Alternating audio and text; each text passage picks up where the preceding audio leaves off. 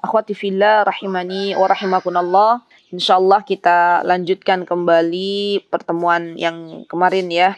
Kita sudah sampai di nomor 3 bahwa di sini saya ulangi sekali lagi ya teman-teman. Jadi dari nomor 1 nih ya, di antara tingkatan wa fil marhalatil ula dikatakan oleh Ummu Abdillah hafizahullah taala, di antara tingkatan kita untuk mendidik anak yang pertama, hendaklah kita mengisyaratkan dengan telunjuk kita bahwa tunjukkan kepada anak-anak ya bahwa yang namanya Allah Subhanahu wa taala itu ada di atas. Dan ini adalah sebuah didikan agar anak-anak kita paham bahwa sejatinya Allah Subhanahu wa taala itu bukan ada di mana-mana, bukan pula ada bersama kita di dalam hati kita, tapi lebih dari itu pondasi awal yang akan kita kenalkan kepada anak-anak adalah Allah ada di arsy. Kemudian yang kedua, kalau kita memberikan makanan, maka berikanlah anak-anak kita makanan tersebut ya dengan tangan kanan dan letakkan di tangan kanan mereka ya, karena ini sebuah pelajaran. Jadi bukan hanya kita berbicara, nak makan pakai tangan kanan ya, tidak, tapi kita benar-benar mempraktekkan. Ini loh nak, kalau makan nih tangan kanan yang sebelah sini, ayo makan pakai tangan ini ya nak. Nah ini langsung praktek. Kemudian yang ketiga, kalau kita menemukan makanan yang panas, maka jangan kita mencoba untuk meniup makanan yang panas tersebut, karena ini ada larangan dari Rasulullah Sallallahu Alaihi Wasallam. Baik, nasta'inu billah.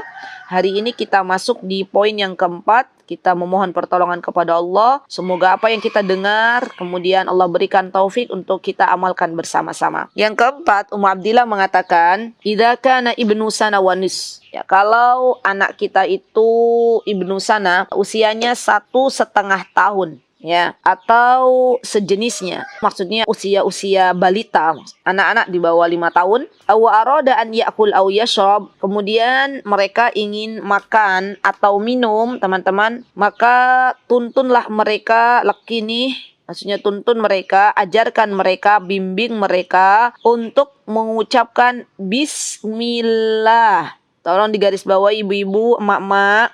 Hanya cukup mengucapkan bismillah, karena ini yang diajarkan oleh Nabi kita Muhammad sallallahu alaihi wasallam. Tidak usah ditambah-tambahi menjadi bismillahirrahmanirrahim. Kita mungkin akan mengatakan kayaknya ustazah lebih panjang, lebih banyak pahalanya. Ibu-ibu, ketahuilah mak-mak, karena ini adalah petunjuk dari Nabi kita Muhammad sallallahu alaihi wasallam dan ini merupakan ibadah di sisi Allah Subhanahu wa taala, maka harus ada aturannya. Ikuti aja, follow. Kita tidak usah bikin kreativitas, tidak usah menambah-nambah, hanya cukup bismillah. Ya, tidak usah ditambah ar-Rahman ar-Rahim. Kemudian yang ingin saya tekankan di sini, dan tidaklah saya berkata demikian kecuali saya cinta kepada ibu-ibu semuanya. Saya sayang kepada emak-emak semuanya. Mungkin dulu kita pernah mendapati diri kita diajarkan oleh orang tua kita ketika akan makan, baca Allahumma barik lana fima rozaqtana wa qina adzabannar misalnya.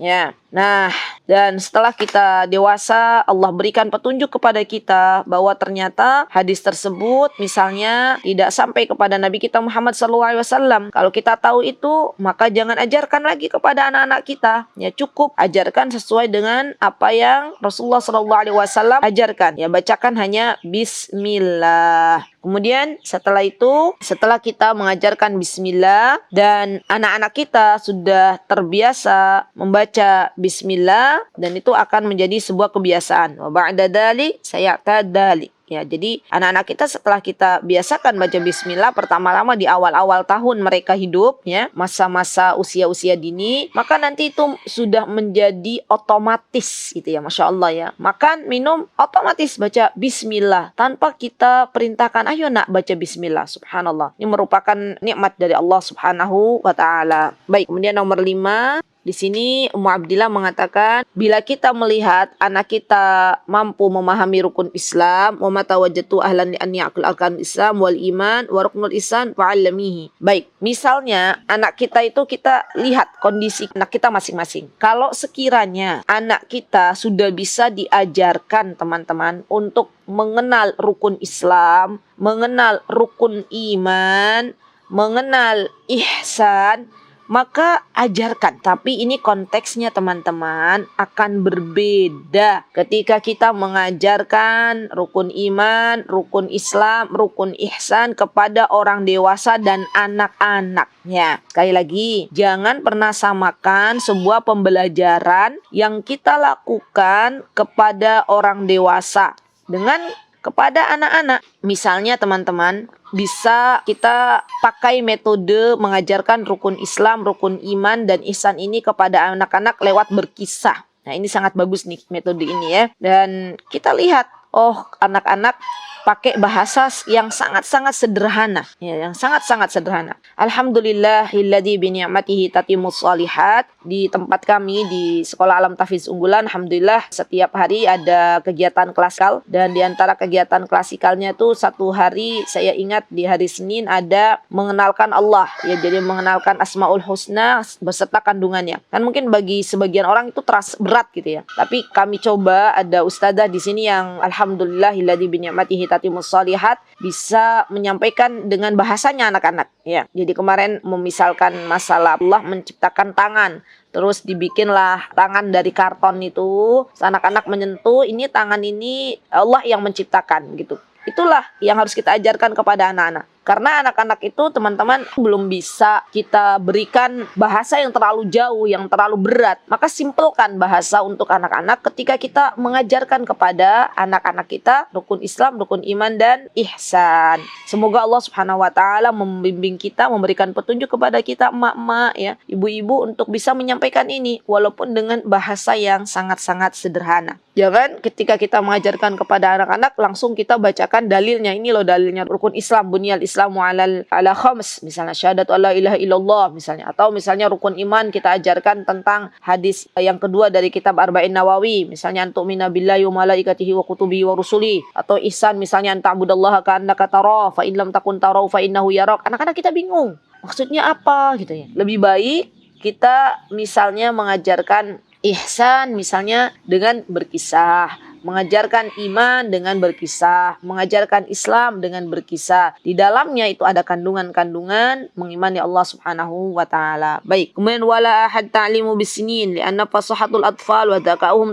tatafawat. Lihat kata Ummu Abdillah, dan Ummu Abdillah mengatakan saya tidak membatasi pembelajaran anak-anak dengan usia berapanya. Ya, misalnya usia harus sekian, tidak. Karena kata Ummu Abdillah, yang namanya anak-anak falsafah, ya, falsafah itu kefasihannya atau pemahaman anak-anak kita al-atfal dan kecerdasannya, mereka itu tatafawut, berbeda-beda, ya, tidak bisa kita samakan antara satu anak dengan anak yang lainnya. Dan itu saya dapati di sini, subhanallah. Setiap anak itu unik, ya, setiap anak itu Allah titipkan dengan berbagai macam kelebihan dan tidak bisa kita samakan antara satu anak dengan anak yang lainnya. Baik, kemudian di sini dikatakan oleh Ummu Abdillah wa arkanul Islamu hiya. Ya, misalnya nih kita mau mengajarkan apa sih rukun Islam. Kita dulu orang dewasa mengetahui apa sih sebenarnya rukun Islam. Nanti baru kita bahasakan dengan bahasanya anak-anak. Ya, an Ibnu Umar radhiyallahu anhu maqal, dari hadis Ibnu Umar, maksudnya adalah Abdullah bin Umar radhiyallahu anhuma, semoga Allah meridhai keduanya. Yang dimaksud meridhai keduanya adalah meridhai Abdullah putranya Umar dan meridhai Umar bin Khattab radhiyallahu anhuma. Qala Rasulullah sallallahu alaihi wasallam,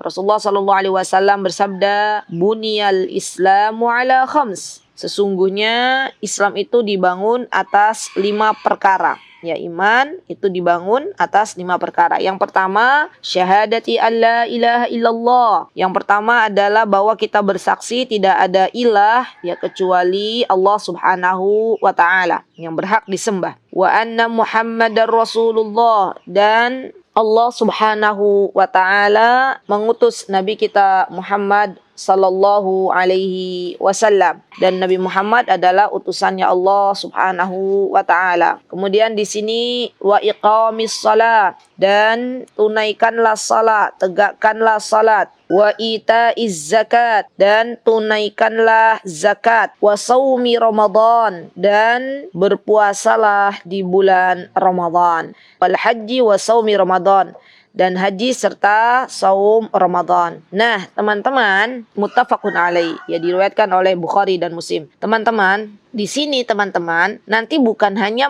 belajar hadisnya saja, tapi lebih dari itu, lebih dalam. Kita emak-emak, ibu-ibu nih belajarnya bukan hanya matan seperti ini saja cukup, tapi lebih dari itu kita belajar lagi apa sih yang dimaksud dengan syahadat la ilaha illallah gitu ya. Kan kita tahu yang namanya syahadat la ilaha illallah itu kalau kita pelajari lebih dalam, teman-teman, itu subhanallah bisa beberapa pertemuan ya. Nanti di sana ada nafi wal isbat, terus apa konsekuensi ketika kita bersyahadat kepada Allah Subhanahu wa taala. Dan kita belajar juga tentang Nabi kita Muhammad sallallahu alaihi wasallam, mengenal Rasulullah sallallahu alaihi wasallam, dan mengenal Rasulullah SAW itu bukan sebatas Nabi kita Muhammad itu adalah utusannya Allah, bukan sebatas itu. Tapi lebih dari itu kita mulai belajar lagi. Nah, ini emak-emak ini tugasnya belajar terus ya. Belajar siapa Rasulullah SAW, ya nasabnya dari mana. Kemudian Rasulullah SAW itu ditugaskan oleh Allah Subhanahu Wa Taala ke dunia sebagai apa. Kemudian bagaimana cara kita beriman kepada Rasulullah SAW. Dan misalnya kita mengenal dakwah Rasulullah SAW, mengenal bagaimana kehidupan Rasulullah SAW. Ya Masya Allah, itu panjang nantinya. Bisa sampai kalau kita ajarkan ke anak-anak itu bisa dibikin kurikulum 1 bulan. Ya, jadi 1 bulan mengenalkan Allah Subhanahu wa taala, 1 bulan mengenalkan Rasulullah SAW, misalnya dengan buku-buku. Kan teman-teman, Masya Allah ya, alhamdulillah sudah banyak nih sekarang buku-buku bagaimana mengenal Nabi kita Muhammad SAW. Ya dibacakan dengan nyaring, itu lebih baik kalau buat anak-anak. Kemudian wa iqamis shalah, di sini bagaimana cara salat, kita ajarkan pelan-pelan kepada anak-anak kita. Apa keutamaan-keutamaannya? Ini juga termasuk teman-teman, bukan hanya rutinitasnya saja, bukan hanya takbiratul ihram sampai salam yang kita ajarkan, tapi lebih dari itu mohon diajarkan keutamaan-keutamaannya. Saya sering mengatakan kepada teman-teman, hendaklah jangan meninggalkan mengajarkan keutamaan sholat kepada anak-anak, karena anak-anak itu kalau mereka dipahamkan oleh Allah ya, dan ditunjukkan melalui kita bahwa namanya keutamaan sholat itu seperti ini, kelak biidnillahi ta'ala ketika anak-anak sudah balik, sudah mukallaf, atas izin Allah mereka akan langsung sholat. Ya tidak perlu lagi kita bongok-bongok ayo sholat, karena mereka tahu untuk apa saya sholat. Allahul musta'an ya. Banyak didapati orang tua yang menyuruh anak-anak sholat, ya menggobrek-gobrek anak-anak sholat, bongok-bongok, anaknya nggak mau sholat karena pertama belum dapat hidayah, ya kedua mereka nggak paham untuk apa saya sholat. Ya, jadi kita ajarkan itu teman-teman. Kalau dulu kan kita hanya belajar aktivitasnya saja, cara sholat, caranya saja, tapi kita nggak tahu sholat itu sejatinya untuk apa gitu ya. Apa yang akan didapatkan oleh orang-orang yang sholat. Nah ini perlu kita ajarkan juga kepada anak-anak. Wa itaiz zakah, membayar zakat ini mungkin secara global saja. Anak-anak tidak perlu sampai detail nisabnya sekian, haulnya sekian, apa-apa yang harus dizakati, tidak. Tapi secara global. Wal haji, dan haji juga bisa kita jelaskan dengan bahasa yang sederhana. Alhamdulillah saya pernah dan saya punya alhamdulillah di sini buku tentang rukun Islam, dan buku bisa dibuka itu loh. Jadi dibuka nanti ada Ka'bahnya, ada orang sedang tawaf, itu anak-anak suka ya. Termasuk anak-anak kami juga suka membaca buku itu. Alhamdulillah. Wasaumi Ramadan, dan puasa di bulan Ramadan. Ini juga jangan lupa teman-teman berikan keutamaan. Ya keutamaan. Kenapa sih harus puasa Ramadan? Siapa yang memerintahkan puasa Ramadan? Apa yang akan didapatkan bagi siapa yang berpuasa Ramadan? Karena ini akan menjadi penyemangat, ya motivasi bagi diri anak-anak, dan anak-anak paham, oh ternyata saya harus berpuasa Ramadan ya. Baik, kemudian yang selanjutnya warkanul iman hiya, dan arkanul iman kata Rasulullah SAW an Abi Hurairah radhiyallahu anhu qala Rasulullah sallallahu alaihi wasallam, diriwayatkan dari hadis Abu Hurairah, Rasulullah sallallahu alaihi wasallam bersabda, al iman, bahwa iman itu yang pertama antu'mina billahi, beriman kepada Allah Subhanahu wa taala. Dan beriman kepada Allah, mengenal Allah, bagi kita emak-emak tidak hanya cukup dilafatkan saja mengenal Allah, tapi perlu juga kita lebih dalam lagi. Apa sih pentingnya kita mengenal Allah? Misalnya ya, dan bagaimana cara mengenal Allah? Misalnya mengenal Allah dengan ciptaannya, mengenal Allah sebagai zat yang maha memberikan rizki, misalnya mengenal Allah sebagai ilah yang berhak disembah misalnya ya. Dan ini perlu kita ajarkan kepada anak-anak. Dan subhanallah teman-teman, tauhid itu kan ada yang membagi 3 ya. Tauhid rububiyah, tauhid uluhiyah, tauhid asma wa sifat. Nah, dari ketiga ini kita sebagai emak-emak harus bisa belajar. Yang dimaksud tauhid rububiyah itu apa? Misalnya Allah sebagai pencipta, bagaimana cara mengaplikasikan kepada anak-anak. Misalnya tauhid uluhiyah, misalnya bahwa kita menyembah Allah Subhanahu wa taala, tidak ada ilah yang berhak disembah kecuali Allah. Kita harus bisa menyampaikan kepada anak-anak. Misalnya, nak, menyembah patung itu tidak boleh karena patung itu benda mati. Bagaimana benda mati mau memberikan sebuah manfaat ya untuk yang menyembahnya kalau dia benda mati, nggak bisa bergerak misalnya. Ya, kemudian yang ketiga asma wa sifat. Nah, ini asma wa sifat ini yang dirasa mungkin bagi sebagian mak-mak berat ya. Subhanallah sekarang sudah banyak buku-buku ya yang bisa membantu kita untuk lebih menjelaskan kepada anak-anak tentang asma wa sifatnya Allah Subhanahu wa taala. Jajannya emak-emak sekarang bukan jajanan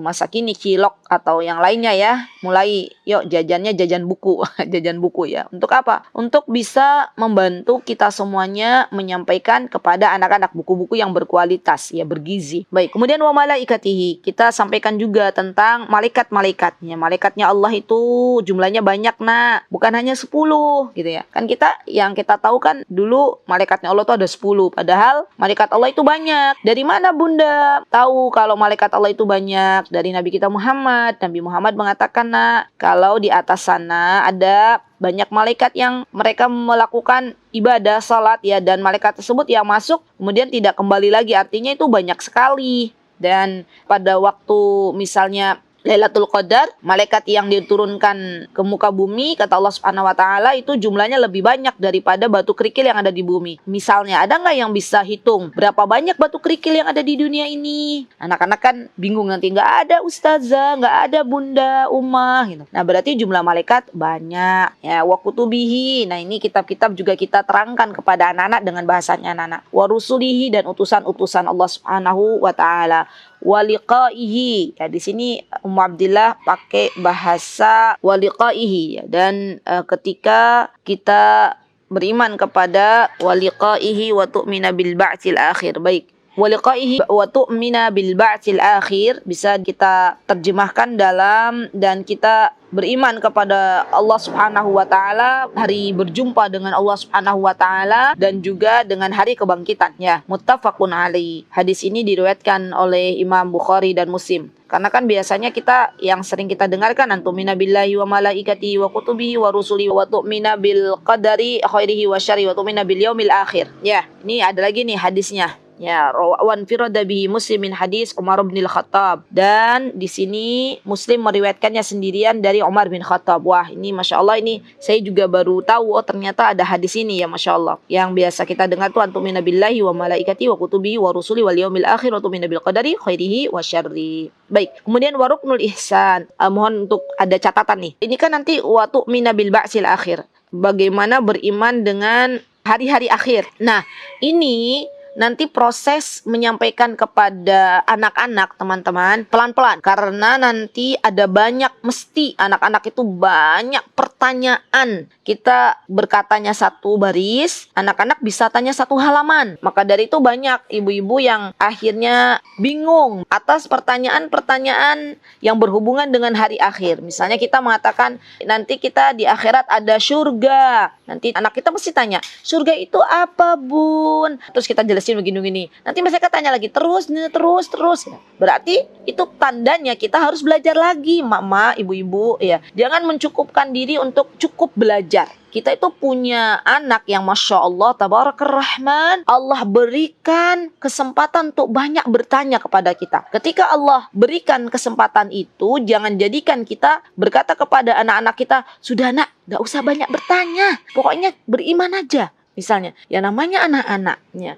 Mereka apalagi anak-anak masih kecil ya. Anak-anak usia-usia di bawah 7 tahun tuh Masya Allah, keinginan tahuannya mereka besar sekali. Jadi kita harus menggali lagi, belajar kembali. Semoga Allah berikan kepada kita ilmu yang bermanfaat. Baik, wa ruknul ihsan. Nah ini rukunnya ihsan. Anta'budallaha ka'annaka tarah. Kata Rasulullah SAW bahwa anta'budallaha, kita beribadah kepada Allah Subhanahu wa taala seakan-akan kita melihat Allah Subhanahu wa taala, ka'annaka tarah. Fa in lam takun tarahu fa innahu yarak. Walaupun ketika kita itu tidak bisa melihat, sesungguhnya Allah Subhanahu wa taala melihat kita. Ya, wasabaqa takhriju fil hadis alladhi qablahu, dan takhrijnya sudah disebutkan dalam hadis sebelumnya. Nah, ini juga nih teman-teman, dalam mengajarkan ihsan, ya, mengajarkan ihsan kepada anak-anak, ini juga pelan-pelan. Dalam mengajarkan ihsan, ya kita harus benar-benar kita dulu paham bagaimananya, baru kemudian kita ajarkan kepada anak-anak kita. Ya, Masya Allah. Baik, kemudian yang keenam. Yang keenam ini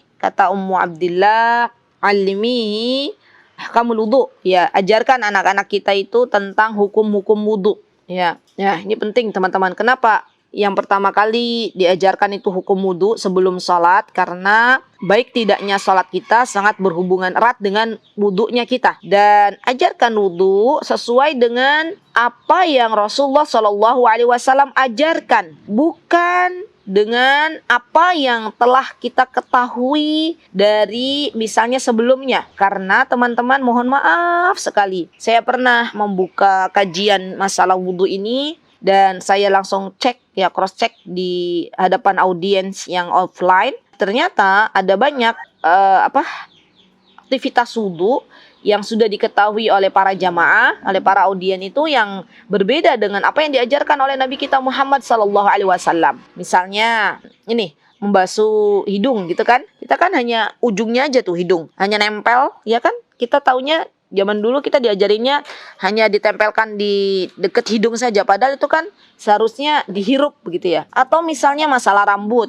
Rambut juga kita hanya tahu diajarkan nempel sedikit saja di ujung rambut, padahal seharusnya kan ke belakang dulu baru ke depan. Nah, hal-hal demikian loh yang mungkin perlu kita pelajari kembali, karena wudhu ini kan ibadah. Ibadah itu sudah ada tuntunannya dari Nabi kita Muhammad SAW. Kita cukup follow, kita cukup ikut saja. Ikut, baru kemudian kita ajarkan itu kepada anak-anak. Dan demi Allah, takutlah wahai ibu, wahai teman-temanku, ini nasihat untuk diri saya, jangan sampai kita mengajarkan sebuah dosa jariah kepada anak-anak kita karena kita nggak mau belajar. Kita ajarkan sesuatu yang tidak pernah diajarkan oleh Allah dan Rasulnya kepada anak-anak kita, dan anak-anak kita menjalankan itu semuanya seumur hidupnya. Subhanallah. Kelak besok kita akan ditanya loh oleh Allah Subhanahu wa taala, apa yang sudah kau ajarkan kepada anak-anakmu tentang bab wudu, gitu ya.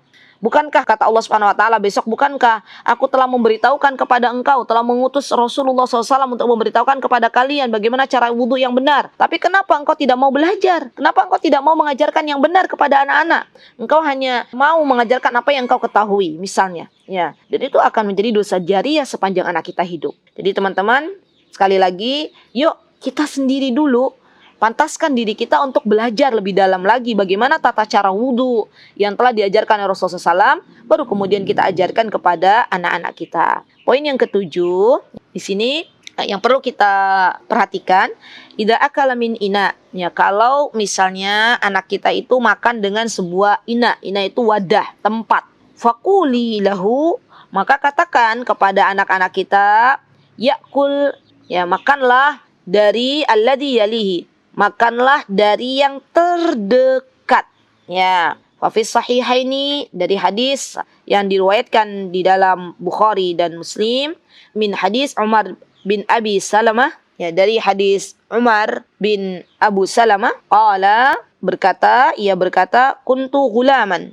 Dahulu kata Umar, ya, putranya Abu Salamah, saya adalah seorang anak gulam yang berada di pangkuan Rasulullah SAW, yang berada dalam, ada yang mengatakan hijr itu pangkuan, ada yang mengatakan dalam asuhan, ya dalam didikan Rasulullah SAW. Wa kanat yadi tatishu fi sofhati. Dulu tanganku itu bergerak ke sana kemari dalam piring besar. Nah ini nih, as-sahfa, tempat yang besar, nampan begitu ya. Kemudian di sini faqala li Rasulullah SAW, kemudian Rasulullah SAW mengatakan, ya gulam, wahai anak kecil, ya, samillah, sebutlah nama Allah, wa kul biyaminik, dan makanlah dengan tangan kanan, wa kul mimma yalik, dan makanlah dari makanan yang dekat denganmu. Saya ingin mengambil beberapa faidah, beberapa mutiara hikmah dari hadis yang ketujuh ini, teman-teman. Semoga bisa diambil pelajarannya. Hadis yang ketujuh ini menunjukkan bahwa dulu Rasulullah SAW ini menunjukkan ketawaduan Rasulullah SAW. Ya, karena Rasulullah SAW mau makan bersama anak-anak. Ya, Masya Allah. Ya, Allahu Akbar. Ini bentuk sayangnya Rasulullah SAW kepada anak-anak, mau makan bareng. Yang kedua, dalam yang hadis yang ketujuh ini menunjukkan bahwa Rasulullah SAW itu senantiasa ingin mengajarkan, memberikan pelajaran yang terbaik ya dalam diri anak-anak kapanpun dan dimanapun. Yang ketiga, belajar itu nggak mesti di kelas, nggak harus di kelas ya, tapi bisa langsung dipraktekkan. Ketika kita melihat kesalahan anak-anak kita bisa langsung menegurnya dengan cara yang baik ya, dengan cara yang baik. Itu juga yang kami terapkan di sini. Jadi kalau misalnya kita lihat anak-anak ada yang makan pakai tangan kiri, kita dekati, kita duduk sejajar, kita berdiri sejajar dengan anak-anak. Ya kalau kita tinggi, maka kita tekuk lutut kita, sejajarkan mata kita dengan mata anak-anak. Kemudian biasanya saya katakan kepada anak-anak di sini, "Nak, maam pakai tangan kanan, makannya duduk."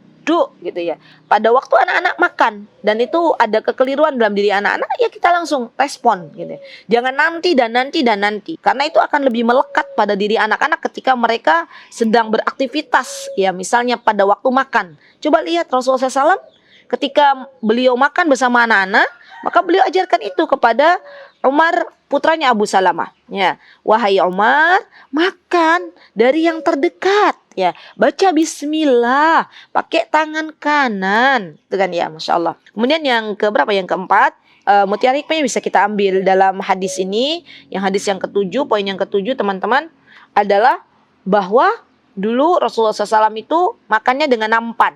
Ya, bukan dengan piring satu persatu. Dan ini sudah kami praktekkan waktu dulu di Yaman. Jadi di Indonesia kok ya balik lagi di piring. Waktu kami di Yaman tuh kami alhamdulillah Allah berikan kesempatan sebentar. Saya melahirkan anak saya yang pertama 2005 ya. Terus ada anak yang kedua 2009. Nah, kita tuh baik setelah putri kami yang kedua lahir, itu kita makannya pakai nampan. Jadi di sana tuh kita nggak punya banyak piring, nampan aja satu ya. Ternyata yang kami rasakan teman-teman, ketika kita pakai nampan bareng gitu ya, makannya lesehan. Saya masih ingat ya, karena dulu kami di sana nggak ada meja makan ya, buru-buru meja makan ya, Masya Allah. Dan alhamdulillah, tapi nikmat luar biasa ketika kita lesehan terus duduk sesuai dengan apa yang diajarkan oleh Nabi kita Muhammad SAW, cara makan seperti apa duduknya. Terus kita bareng-bareng melingkar ya, Masya Allah. Jadi ingat dulu ya, melingkar terus makan seadanya apa yang ada di depan kita, terus kita bareng-bareng. Masya Allah, itu nikmat banget ya, nikmat gak ada duanya deh, Masya Allah. Dan alhamdulillah itu barakah ya, barakah. Kita makan dengan tangan kanan dan subhanallah teman-teman, ternyata menurut kesehatan ya, saya pernah membaca bahwa ketika kita makan dengan tangan kita nih, kemudian kita menggunakan tangan tersebut untuk makan, itu enzim yang baik itu akan banyak masuk ke dalam mulut kita, Masya Allah. Ya, bakteri-bakteri baik banyak masuk ke dalam mulut kita, Allahu Akbar. Dan bagi emak-emak tentunya ini sebuah keringanan ya, karena nggak mesti nyuci piringnya 4. Kan kalau saya dulu 4 anak, 4 orang ya, kan hanya cukup nyuci satu nampan aja cukup, sudah selesai. Kalau nyuci 4 piring kan lebih lama ya. Jadi ini hanya 1 kali saja nyuci selesai, alhamdulillah ya, Masya Allah. Jadi nasinya tuh taruh di pinggir, nanti lauknya biasanya taruh di tengah. Oh, Masya Allah, itu nikmatnya luar biasa. Boleh teman-teman praktekkan ya, langsung nanti pakai nampan ya. Dan coba deh lesehan terus pakai tangan, wah itu Masya Allah, nikmat luar biasa ya, Masya Allah. Baik. Kemudian poin yang ke-8 ya, setelah kita praktekkan ya, kita ajarkan anak-anak di poin yang ke-7 baca bismillah, maam pakai tangan kanan, dan makan dari yang terdekat. Kita katakan, nah ini loh yang terdekat denganmu ini, ayo makan yang paling terdekat.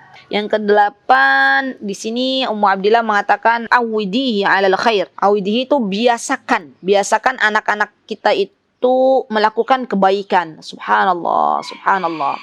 Jadi ini teman-teman bekal, di antara bekal yang mungkin tidak diajarkan di sekolah-sekolah formal ya kan.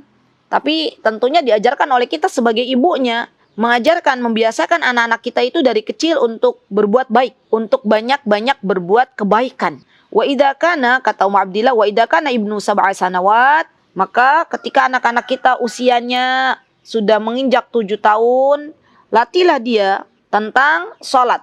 Nih lihat teman-teman, usia 7 tahun, latihlah anak-anak kita mengerjakan sholat. Ini kaidah ya, kaidah bahwa Rasulullah SAW melatih anak-anak kita sholat itu usia 7 tahun.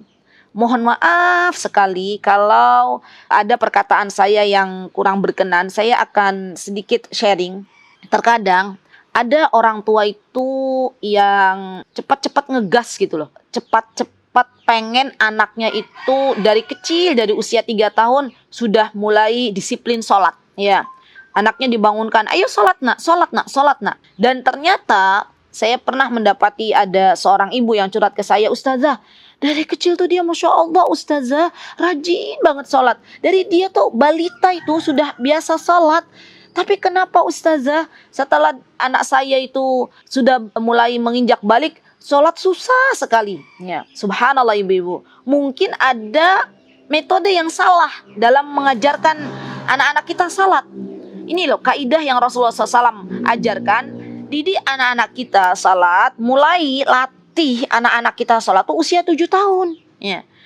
Usia 3 tahun, 4 tahun itu usia di mana anak-anak kita itu seharusnya lebih mengenal Allah Subhanahu wa Ta'ala. Jangan langsung digas untuk cepat-cepat disiplin sholat. Ya. Ini yang mungkin PR untuk kita semuanya. Dan saya juga sudah berdiskusi dengan Ustazah di sini. Ustazah, kan ada banyak tuh orang tua, Ustazah minta ke kita, ayo Ustazah, di satu diajarkan sholat, dibiasakan sholat, begini-begini. Tapi kita tetap lihat bahwa yang namanya mengajarkan anak-anak sholat itu kita ikut follow Rasulullah SAW. Dibiasakan usia 7 tahun, baru 7 tahun tuh dibiasakan, diajarkan, dilatih. Dan ada waktu 3 tahun lamanya, dari usia 7 sampai 10 tahun.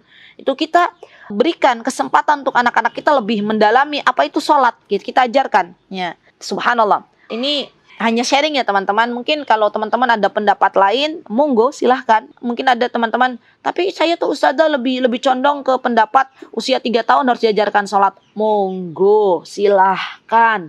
Ini hanya pendapat pribadi. Pastinya pendapat pribadi itu ada salahnya ya. Dan itu kenapa saya katakan seperti ini teman-teman, karena ada kasus yang pernah masuk lewat saya dan ternyata benar juga ya, setelah saya lihat ya subhanallah, setelah Allah berikan petunjuk, oh iya ini petunjuknya kan dari Rasulullah SAW usia 7 tahun baru dilatih, baru dibiasakan ya untuk perkara sholat. Baik, kemudian di sini dikatakan qala Abu Dawud rahimahullah, dari Abu Dawud rahimahullah berkata, haddatsana, telah berkata Muammal bin Hisham al-Yashkuri, ya, Muammal bin Hisham al-Yashkuri, beliau mengatakan haddatsana Ismail, ya, telah mengabarkan, ya, telah berkata Ismail haddatsana berarti telah mengabarkan an Sawwar bin Abi Hamzah, an Sawwar Abi Hamzah, qala Abu Dawud wa huwa Sawwar bin Dawud Abu Hamzah al-Manzinni as-Sayrafi, an Amr bin Shu'aib, dari Amr bin Shu'aib, an abihi, dari ayahnya, an jaddi, dari kakeknya. Oh, Masya Allah, ini menunjukkan kedalaman ilmunya Ummu Abdillah teman-teman. Lihat, beliau bukan hanya mengambil hadis, bukan hanya an Amr bin ibni Shu'aib, an abi, an jaddi, qala Rasulullah, tapi beliau coba mengambil hadis, menukilkan hadis dari Muammal. Karena kita tahu nih, ayahnya Ummu Abdillah, Syekh Muqbil rahimahullah ta'ala adalah seorang muhaddis, ya, seorang ahli hadis. Di buah tidak jatuh jauh dari pohonnya, ya Masya Allah. Ya, beliau ambil dari Muammal bin Hisham, banyak sekali ya Masya Allah. Ya, kita lihat poinnya saja ya teman-teman. Kalau Rasulullah SAW, dari Rasulullah SAW, apa yang Rasulullah SAW ajarkan, pesankan kepada kita, murru awladakum bis salati wahum abna'u sab'i sinin. Ajarkan anak-anak kita salat dan usia mereka 7 tahun. Wadribuhum 'alaiha wa hum abna'u 10 sinin. Dan idrib itu pukul, tapi ini pastinya pukulan yang tidak keras. Jangan memukul area-area kepala ya kalau mau mengajarkan kepada anak-anak kita dan usia mereka sudah 10 tahun ya. Wa farriqu bainahum fil madaji'. Dan usia-usia ini, usia-usia penting nih teman-teman, memisahkan anak-anak kita di dalam tempat tidur mereka. Ya, di dalam tempat tidur mereka. Coba teman-teman lihat lagi, insya Allah seingat saya di channel YouTube kami di Mutiara Hikmah, itu sudah ada rekaman, karena kan kita dulu sudah pernah belajar kan bagaimana mengajarkan sholat pada anak-anak, begitu ya, bagaimana mengenal Allah. Sepertinya ada rekaman saya suara di Mutiara Hikmah, cari aja ajarkan anak sholat gitu. Insya Allah nanti ketemu, teman-teman review ulang lagi, dengarkan lagi. Mudah-mudahan bisa menjadi bekal untuk kita bagaimana mengajarkan sholat kepada anak-anak kita, bagaimana mengenalkan Allah Subhanahu wa Ta'ala kepada anak-anak kita. Dan ini PR untuk kita semuanya. Baik, kemudian wal hadis isnadu hasan, dan hadis ini sanadnya hasan. Wa Muammal bin Hisham, nih lihat teman-teman. Subhanallah ya, ini beliau jelaskan, beliau ingin menjelaskan, kata beliau Muammal bin Hisham yang tadi dibaca di awal itu sikoh. Maksudnya ini sikoh itu terpercaya ya. Dan ini ditemukan seperti ini teman-teman di ilmu hadis ya. Ada sikoh, rawi itu ada yang sikoh, ada yang dia rawinya nggak sikoh, ada yang terpercaya, ada yang nggak terpercaya tuh. Sampai ada levelnya di sini wa Ismail, kata Abdillah wa Ibnu Ulayyah. Dan Ismail yang dimaksud di sini adalah yang dimaksud Ibnu Ulayyah, karena mungkin banyak Ismail ya. Putranya Nabi Ibrahim juga Ismail, tapi yang dimaksud di sini adalah anaknya Ulayyah. Riwayat derajatnya itu masyhur. Dia teman-teman, kita bisa belajar ilmu hadis di sini. Masyhur. Jadi siqah masyhur. Wasawar, kata Abdillah, soduq lahu auham. Subhanallah. Ini loh, kita bisa belajar banyak di sini. Di sini sawar itu masduq ya. Tapi dia ada auham. Tapi dia ada kekeliruan ya ketika meriwayatkan hadis. Nah, level-level ini teman-teman bisa belajar di ilmu hadis. Ya, Masya Allah. Jadi ilmu Allah itu banyak banget teman-teman. Jangan pernah kita menyombongkan diri kita dengan ilmu yang sudah Allah berikan sekarang. Karena ilmu Allah itu luar biasa banyak banget. Dan yang baru kita ketahui hanya secuil. Hanya apa ya istilahnya, hanya rempahan-rempahan rengginang lah ya. Apa istilahnya. Sedikit banget. Teman-teman mungkin sudah ahli dalam ilmu fikih, belum tentu ahli dalam ilmu hadis. Ya kan, ini subhanallah. Kita saja baru tahu yang namanya sikoh, yang namanya masyhur, yang namanya soduk, yang namanya auham ya. Dalam kitabnya Ummu Abdillah. Kama fit takrib, Ummu Abdillah mengatakan, dan ini disebutkan di dalam kitab At-Takrib, haditsu salih lil hajjiyah ma lam yakun min akhta'i wa baqiyatu rijali ma'rufun. Baik. Kemudian beliau mengatakan sehingga hadisnya bisa dijadikan hujjah. Hujjah maksudnya di sini bisa dijadikan bukti selama tidak berasal dari kesalahannya, min akhta'i. Adapun perawi yang lainnya wa baqiyatu rijal ini maksudnya di sini perawi-perawi hadis yang lainnya itu adalah ma'rufun, orang-orang yang sudah dikenal ya, dikenal dengan kesahihannya. Baik. Kemudian walil hadis tariqun ukhra, dan hadis tersebut juga memiliki beberapa jalan yang lain. Ada dari hadis yang disampaikan oleh hadis Sabrah fi Abi Dawud, yang disampaikan di dalam hadis Sabrah dalam buku kitab Abu Dawud, Sunan Abu Dawud, birakam dengan nomor arba'ah wa tis'un ya, 494, nomor Abu Dawud rahimahullahu ta'ala. Baik, insyaallah teman-teman kita cukupkan sampai di sini ya. Insyaallah nanti poin yang ke-10 kita belajar di perjumpaan yang akan datang. Walaupun sedikit, 4 poin sudah kita pelajari hari ini, sudah kita dapatkan ya, rizki dari Allah, ilmu, kemudian kita praktekkan ya, kita amalkan. Dan ini lebih baik daripada banyak-banyak terus kita nggak praktekkan. Karena ilmu yang bermanfaat itu adalah ilmu yang kita amalkan. Kita minta pertolongan kepada Allah. Ya Allah, mudahkanlah hamba untuk bisa mempraktekkan ini kepada anak-anak. Ustazah, bagaimana kalau yang belum punya anak? Ya praktekkan ke anaknya orang lain, tidak apa-apa. Ya, yang belum punya anak itu berperan ngajarin anak-anak masuk ke tempat-tempat sekolah-sekolah TK anak-anak, ya ajarkan, ini menjadi amal jariah. Subhanallah, jangan belum punya anak, belum punya momongan bersedih hati, menyendiri. Ayo sibukkan diri ini dengan kebaikan-kebaikan ya. Ikut Ustazah Aziza, saya mau ngajar di satu, monggo silahkan. Banyak proyek anak-anak di sini, silahkan. Jadi amal jariah bagi teman-teman semuanya. Baik, itu yang bisa saya sampaikan teman-teman. Mohon maaf jika ada banyak kesalahan. Tentunya yang tadi saya sampaikan bukan hanya dari diri saya, melainkan itu semuanya murni dari Allah Subhanahu wa taala. Jika ada yang benar datangnya dari Allah, dan jika ada yang salah datangnya dari saya pribadi. Saya mohon maaf. Saya cukupkan aku qauli hada wastaghfirullah li wa lakum wa akhiru da'wana alhamdulillahi rabbil alamin. Wassalamualaikum warahmatullahi wabarakatuh.